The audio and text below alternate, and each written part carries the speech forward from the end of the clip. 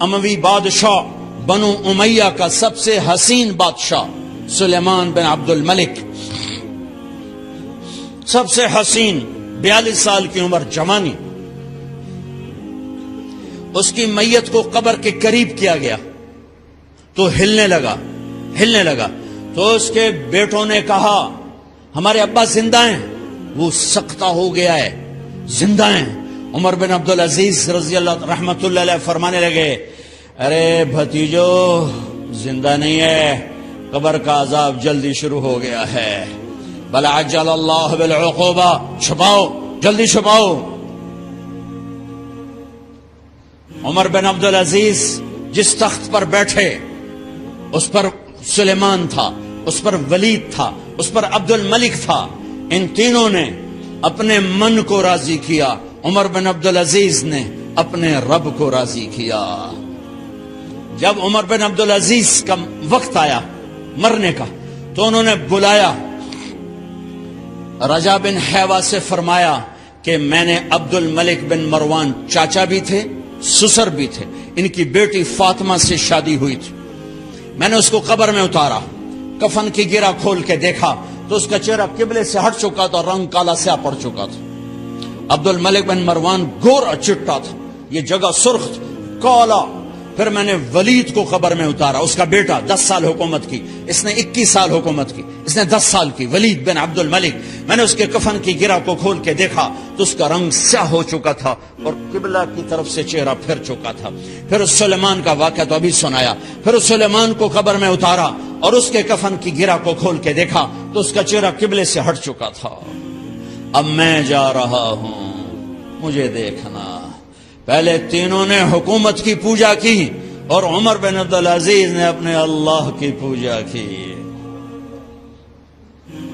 انہوں نے ایک بڑا عجیب خطبہ دیا جب خلیفہ بنے، اے لوگو، بچپن میں شعر و شاعری کا شوق تھا تو میں شاعر بنا، تھوڑا سا اٹھان ہوئی تو علم کا شوق لگا، میں نے علم حاصل کیا، جوان ہوا تو فاطمہ بنت عبد الملک سے عشق ہوا، میں نے اس سے شادی کی، اب اللہ نے مجھے حکومت دے دی ہے، اب تم دیکھو کہ میں اس سے اپنے اللہ کو راضی کروں گا۔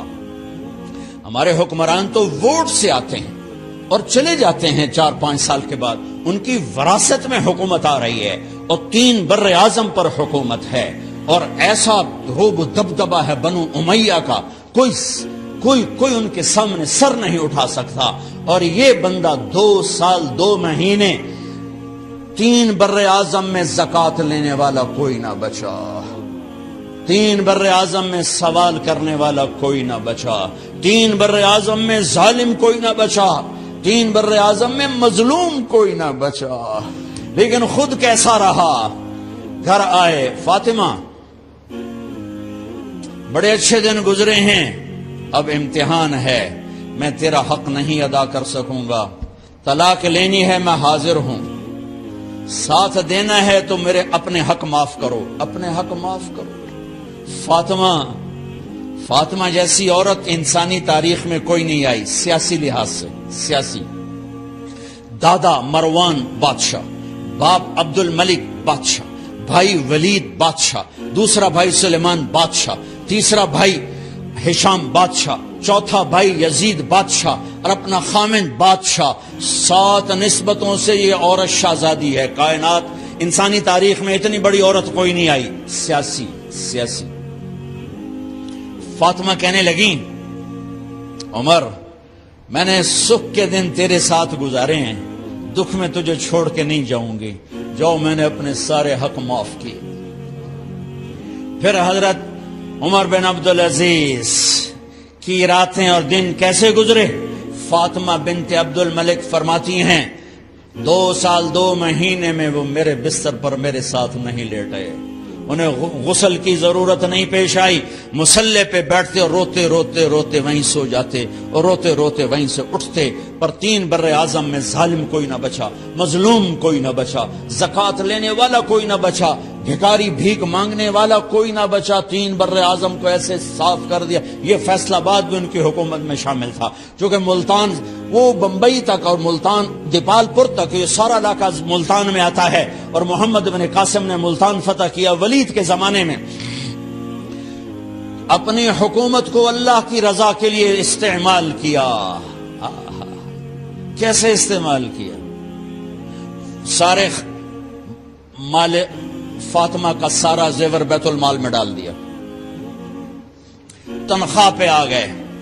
عید کا موقع آیا، بچوں نے ماں سے کہا، 12 بچے تھے، بچیاں 12 بچے بچیاں، ہمیں کپڑے لے کر دو، عید آ رہی ہے، ہر آدمی اپنے بچوں کے لیے کپڑے لے رہا ہے۔ ہمارے بچے بھی کہہ رہے ہیں کپڑے لیں، جاؤ بھائی لو۔ فاطمہ کے پاس عمر 3 بر اعظم کے بادشاہ کے بچے آ رہے ہیں، ماں جی عید آ رہی، کپڑے تو لے دیں، ابا سے کہیں کہ ابا سے بات کرتی ہوں۔ ابا تشریف لائے، خزانے لبالب بھرے ہوئے گندم کے ڈھیر کی طرح، کہ امیر المومنین بچے کپڑے مانگ رہے ہیں۔ فاطمہ میرے پاس تو پیسے نہیں، میں کہاں سے کپڑے لوں، بچوں کا کیا کروں؟ کبھی مجھے بھی نہیں پتا کیا کروں۔ اس کے پہلے 3 حکمرانوں نے لوٹ مار کے بازار گرم کیے، ظلم و ستم کے پہاڑ توڑے، اور آج اسی خزانے پہ ایک شخص بیٹھا ہے جو اللہ کو راضی کرنے کے جھنڈے گاڑ رہا ہے۔ تو فاطمہ نے کہا آپ ایسا کریں، اگلے مہینے کی تنخواہ ایڈوانس لے لیں، اس سے میں اپنے بچوں کو کپڑے لے دیتی ہوں، اور گھر کا خرچہ میں مزدوری کر کے گھر کی روٹی چلا لوں گی۔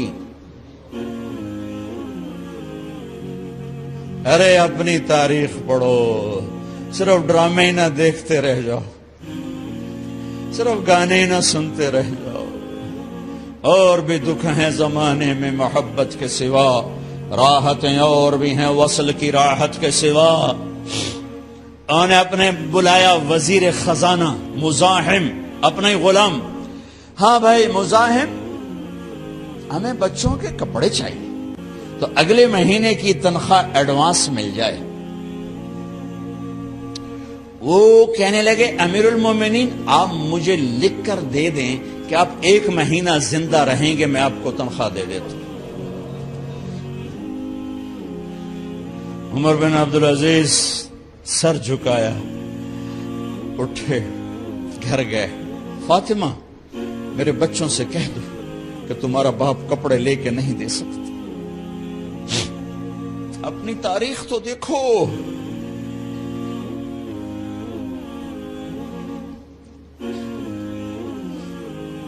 عید کا دن آ گیا، خلیفہ وقت ہی عید کی نماز پڑھاتے تھے، نمازیں بھی خلیفہ وقت پڑھاتے تھے۔ بنو امیہ کا خاندان ملنے کے لیے آ رہا ہے، سارے سرداروں کے بیٹے، اعلیٰ پوشاک، اعلیٰ لباس، ملنے آ رہے ہیں۔ تھوڑی دیر بعد دیکھا تو بچے بھی ملنے آ رہے ہیں، امیر المومنین کی حیثیت سے بچے باپ کو ملنے آ رہے ہیں، اور ان کے جسموں پر پرانا لباس ہے۔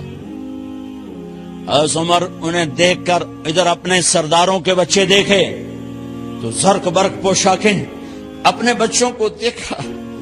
ارے اس باپ سے پوچھو جو سب کچھ کر سکتا ہو اور پھر مٹھی بند کر لے کہ نہیں میں نے حرام کی طرف نہیں جانا۔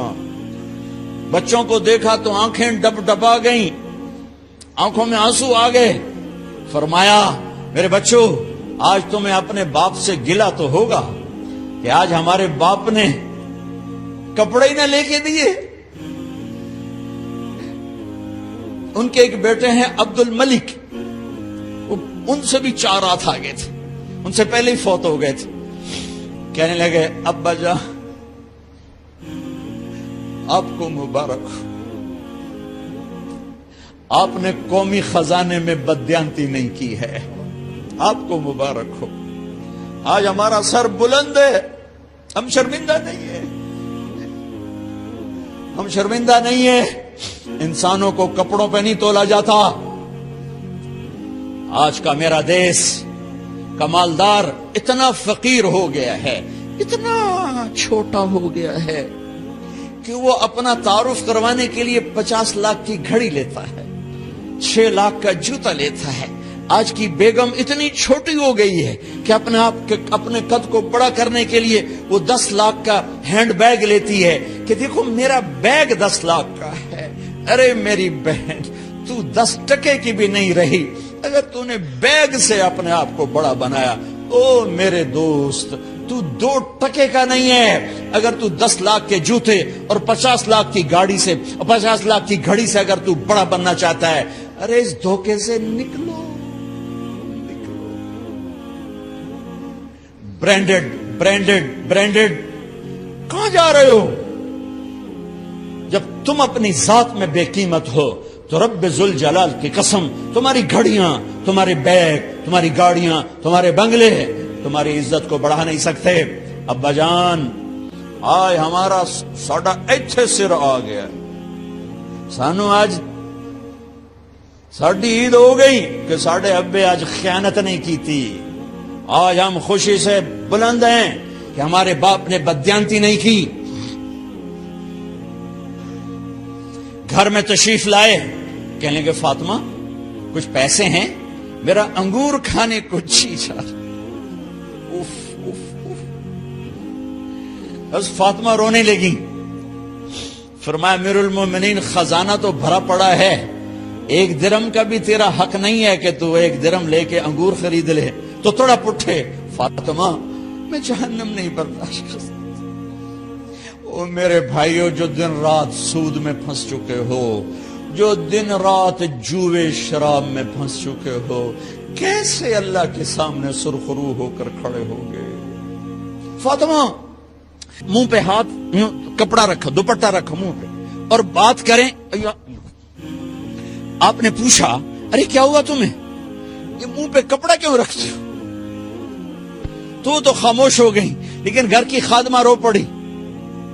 کہا امیر المومنین، آج آپ کی بیٹیوں نے کچا پیاز توڑ کے اس سے روٹی کھائی، سالن کوئی، ارے مسری دی دال ہی کوئی نہیں ہے، پیاز، کچے پیاز نہ روٹی۔ آج ساڈا مزدور جڑا کوئی نہ کوئی چٹنی بنا بند ہے، 3 بر اعظم دے بعد شادیاں دھیاں، کچے وصلہ نہ روٹی بیٹھیاں کھاندیاں۔ اور میرے آج کا تاجر کہتا ہے جھوٹ نہ بولوں تو کاروبار کیسے، میرا افسر کہتا ہے رشوت نہ لوں تو گزارا کیسے کروں۔ تو عمر بن عبدالعزیز پھس پہ ہچکیوں کے ساتھ روئے کہ میری بچیوں، میں تمہیں بڑے اچھے کھانے کھلا سکتا ہوں اور میں جہنم کی آگ برداشت نہیں کر سکتا۔ بھائیو، اس بندے نے اپنے آپ کو ذبح کر دی، اللہ کو راضی کرنے کے لیے ذبح کر دی، اپنی ذات کو، اپنے جذبات کو، اپنے احساسات کو۔ جب گورنر ہوتے تھے نا تو حضرت فاطمہ کی ایک باندی تھی، ان سے انہیں عشق ہو گیا تو اپنی بیگم سے کہتے یہ باندی مجھے گفٹ کر دو، وہ کہتے میں نہیں کرتا۔ جب یہ خلیفہ بنے کئی دفعہ ان سے کہتے مجھے ہدیہ کر دو، مجھے دے دو، وہ کہتے میں نہیں دیتی۔ جب یہ خلیفہ بنے تو ان کی بیگم نے اس باندی کو نہلایا، خوبصورت زیورات سے سجایا، عالی شان میک اپ کیا اور اس کا ہاتھ پکڑ کے لائی، امیر المومنین یہ آپ کی خدمت میں گفٹ ہے۔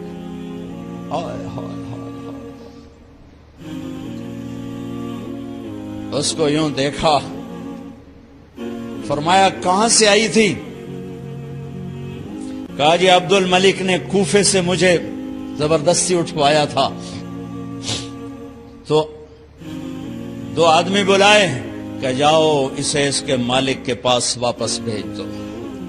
وہ کہنے لگی این وجدک علی یا امیر المؤمنین، امیر المؤمنین آپ کا عشق کہاں گیا جو میرے ساتھ تھا؟ تو عمر کی آنکھیں بھر آئیں، کہا وہ پہلے سے بھی زیادہ ہے لیکن تمہیں اللہ کے لیے قربان کرتا، میں اپنے عشق کو اللہ کے لیے قربان کرتا۔ ہاں اب اللہ نے صلہ کیا دیا. جب انتقال ہونے لگا تو بلایا رجا کو, جو میں بات پہلے چھوڑ کے ادھر ان کی تھوڑی سیرت بتائی کہ رجا اب میں مرنے لگا ہوں. عبد الملک کالا ہو گیا تھا, ولید کالا ہو گیا تھا, سلیمان کالا ہو گیا تھا. یہ کیوں کالے ہوئے تھے؟ یہ بے نمازی نہیں تھے, بدکاری نہیں کرتے تھے, کسی کی طرف ان کی میلی آنکھ نہیں اٹھی کبھی. یہ ظالم تھے, ظالم انسانوں کا خون پیا, مال میں خیانت کی. اس پر اللہ نے چہرے پھیر دیے. آج عمر بن عبدالعزیز جا رہا ہے کہ دیکھو میں جا رہا ہوں, مجھے دیکھو میرے ساتھ کیا ہوتا ہے. ان کا انتقال ہوا, ان کی میت قبر کے کنارے رکھی گئی اور اب نیچے اتارنا ہے. سلیمان کی میت کو اتارنے لگے تو ہلنے لگا اور عذاب قبر پہلے شروع ہو گیا. عمر کی میت کو جب قبر کے قریب کیا گیا, ایسے ہوا کا جھونکا آیا, ایک پرچہ ایسے لہراتا ہوا یوں آیا, یوں آیا, یوں آیا اور عمر کے سینے پر گر گیا. لوگ کٹھے ہو گئے, پرچے کو کھول کے دیکھا گیا تو اس پہ لکھا تھا بسم اللہ الرحمن الرحیم براءۃ من اللہ لعمر بن عبد العزیز من النار. یہ پروانہ ہے اللہ کی طرف سے اس کے بندے عمر کے لیے کہ اسے جہنم سے نجات کی خوشخبری سنا دی جائے. آہا, مرنا ہو تو یوں مرو, اللہ ایسی موت دے دے. کہتے ہیں پھر میں نے ان کو قبر میں اتارا. جب قبر میں اتارا تو کیا دیکھا, میں نے کفن کی گرہ کھولی تو چہرہ قبلے کی طرف فٹ اور یوں لگا جیسے 14ویں رات کا چاند قبر میں اتر آیا.